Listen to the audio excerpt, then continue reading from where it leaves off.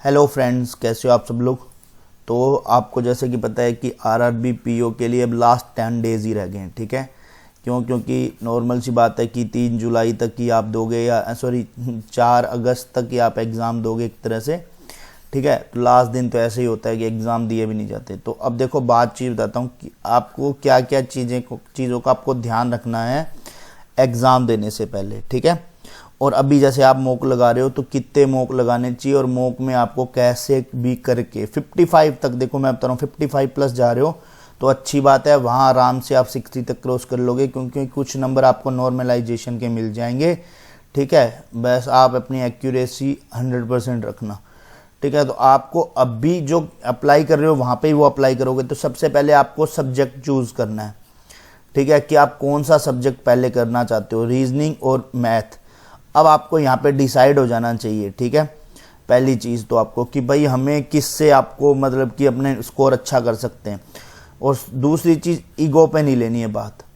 Ego पे बात ले ली तो आपकी सबसे बड़ी दिक्कत हो जाएगी। ईगो पे मतलब मैं बताता हूँ, जैसे अपने क्या होता है कि अपना रीजनिंग स्ट्रोंग है, अपन ने पजल देखी, अपन ने 2 बार अटेम्प्ट की उसको। ठीक है, फिर अपन को लगता है यार तीसरी बार बन जाएगी। वो क्या होता है, कई बार अपन ऐसी चीज़ें स्किप करते रहते हैं जो अपने को उस टाइम पे नहीं ध्यान रहता और वो बनती नहीं है।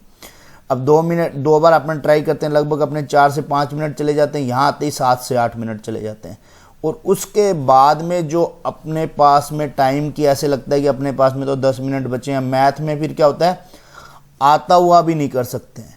ठीक है, तो इसलिए आपको ये चीज़ का सबसे ज़्यादा ध्यान रखना है कि भाई ईगो पे नहीं लेनी है बात, स्किप करना है।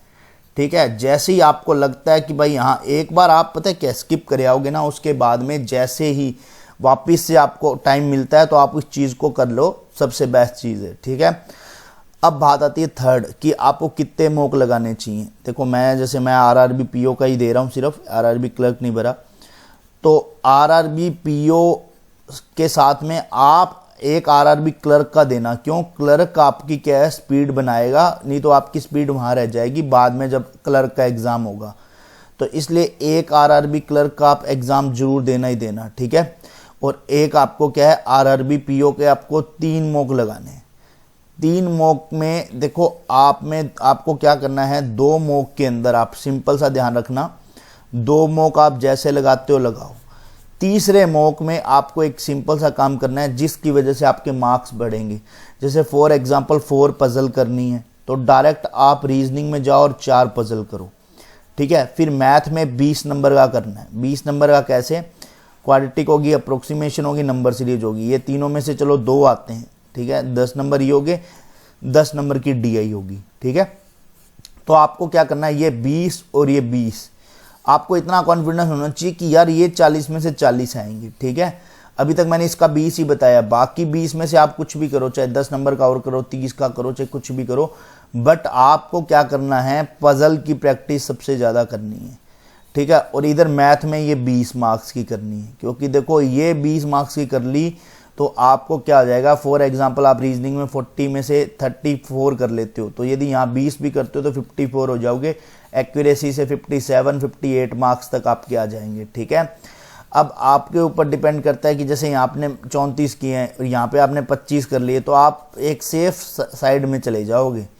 ठीक है, और बाकी शिफ्ट पे डिपेंड करता रहेगा, हार्ड आएगी या ये आएगी। देखो last year wrong number series ही चली थी, तो आप अब क्या किया करो, मॉक आए, जैसे मॉक में क्या करते हो आप 5 नंबर बढ़ाने के लिए क्या करते हो, नंबर सीरीज आती है मिसिंग, तो वो आप करने लग जाते हो फटाफट।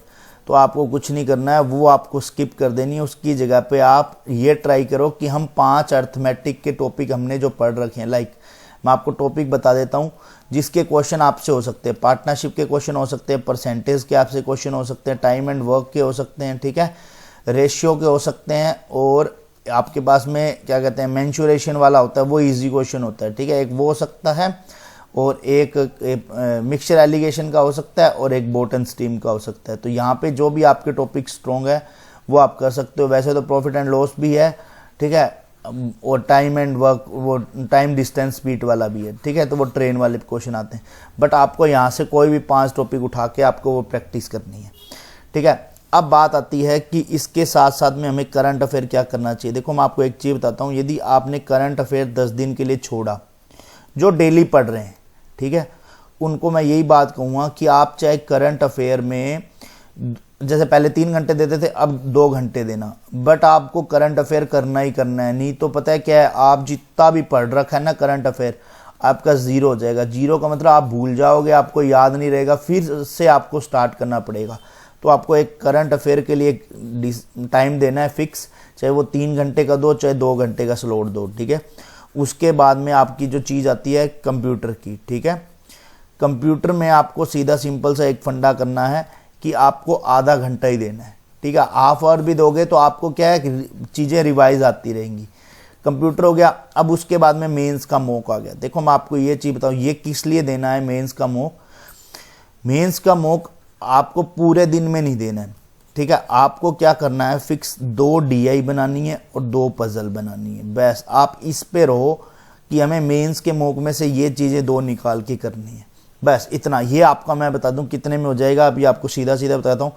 आधा घंटा तो इसका लग जाएगा और इसका लगभग 1 घंटा लग जाएगा। कई बार क्या होता है, पजल बड़ी होती है तो अपन को थोड़ा टाइम लग जाता है समझने में भी, तो आपको 1.5 घंटा इसका लगेगा। अब देखो मैं आपको सीधा सीधा टाइम सर बता देता हूँ। 1.5 घंटा लगेगा मेंस को, ठीक है।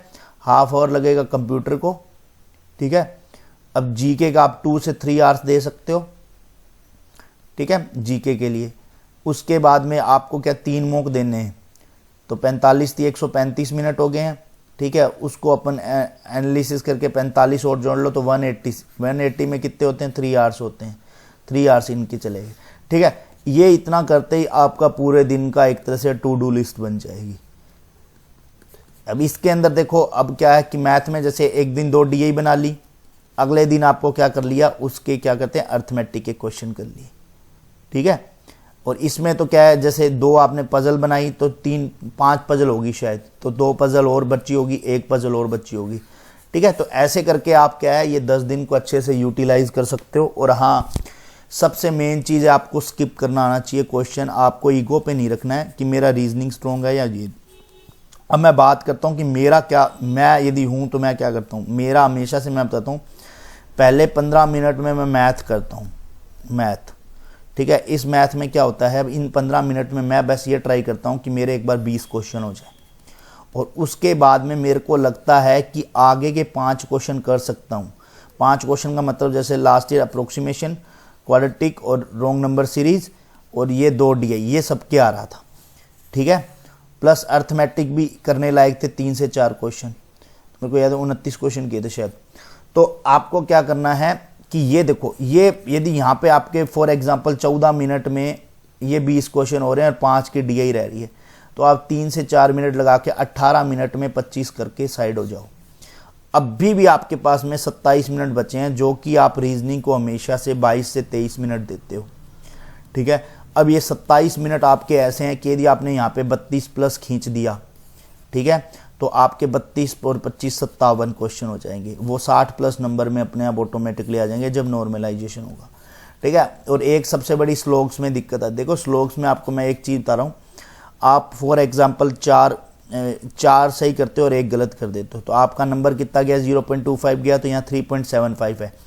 इसलिए आपको क्या करना है, जहाँ पे आपको 100% श्योरिटी है तो 4/5 मतलब कि 5 में से 4 भी कर दोगे तो आपके 4 नंबर तो रहेंगे और एक्यूरेसी भी आपकी अच्छी रहेगी, ठीक है। तो उस चीज़ का आपको ध्यान रखना है, इस चीज़ को हमेशा से अवॉइड नहीं करना है, ठीक है। और बाकी अभी मैं स्मार्ट कीड़ा के मॉक लगाऊंगा ही, तो आपको जिस किसी को भी ID वगैरह चाहिए हो मेरी स्मार्ट कीड़ा की, मैं वो शेयर कर दूंगा। उसके लिए आपको करना क्या है, इंस्टाग्राम पे सेम पेज नाम से पेज है, ठीक है। तो वहाँ पे आपको क्या करना है, मेरे को मैसेज कर देना, ठीक है। मैसेज कर दोगे, मैं आपको पर्सनल ID दे दूँ। यहाँ पे आप दे दूँगा, कई यूज़ करेंगे नहीं करेंगे। अभी तक मैंने मैथ के ही मॉक दिए थे, बट अब टाइम आ गया स्मार्ट कीड़ा का यूज़ करने का। इसके मैंने मॉक इसीलिए बचा के रखे थे, तो आप इसको कहते हैं ना कंपेयर कर सकते हो, ठीक है। तो बाकी टेलीग्राम ग्रुप ज्वाइन कर लेना, उस पर मैंने कंप्यूटर की PDF दे दी है। तो मिलते हैं नेक्स्ट वीडियो में। All the best, bye bye.